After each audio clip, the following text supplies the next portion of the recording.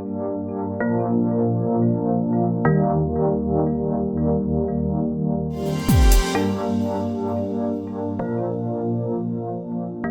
name is Saumitra Dubey and I am C4 C5 quadriplegic since 2005. I believe in growing, learning and extending my skills close to its best, and also in selfless contribution. Simply because this world needs better from us.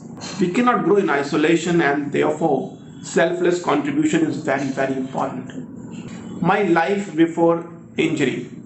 There are so many things happening in my life.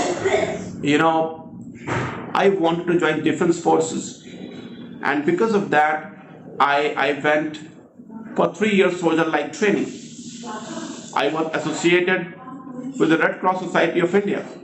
After my graduation, for almost 2 years, I volunteered to Amnesty International India. There I have learned international human rights laws, how to advocate them and how to fight for them. It was an interesting time. In 2004, I started my career in a pharmaceutical company as a marketing executive, and there also, with the dream in mind to make my career in corporate world, I started my MBA. Year 2005, I used to be a fitness enthusiast. On daily basis, I was exerting my body, but I was not aware that the price that I'm going to pay for that. 3rd of August 2005, I was on a business trip to a nearby town. While I was riding on my motorbike, I slept, and then I smashed myself in a standing trolley. I broke my C4, C5 cervical bones. I don't remember much about that. I might be lying on the ground. There was no wound, no blood. I was wearing my helmet. So many helping hands might have rushed to help me, but they were unaware what happened to me. They might have tried to make me conscious. I don't know how they removed my helmet, and then they transported me to hospital. But because that initial care was so careless, that my injury became very severe. I didn't go to rehabilitation, and because of that, my survival was very painful and risky. Because of that, I have got certain complications. In 2008, after 3 years of my injury, I went to Indian Spine Injury Center for rehabilitation.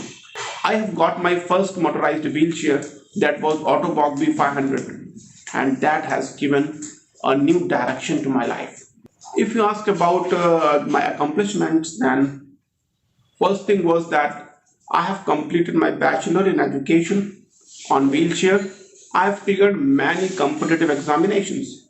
In meantime, I have completed more than 24 online courses in psychology, pedagogy, and soft skills. That has given direction to my career. Finally, in 2015, after 10 years of my injury, I have got a full-time job as a teacher in a primary education department. For 2 years, I was in district jail to counsel, teach, and motivate young prisoners.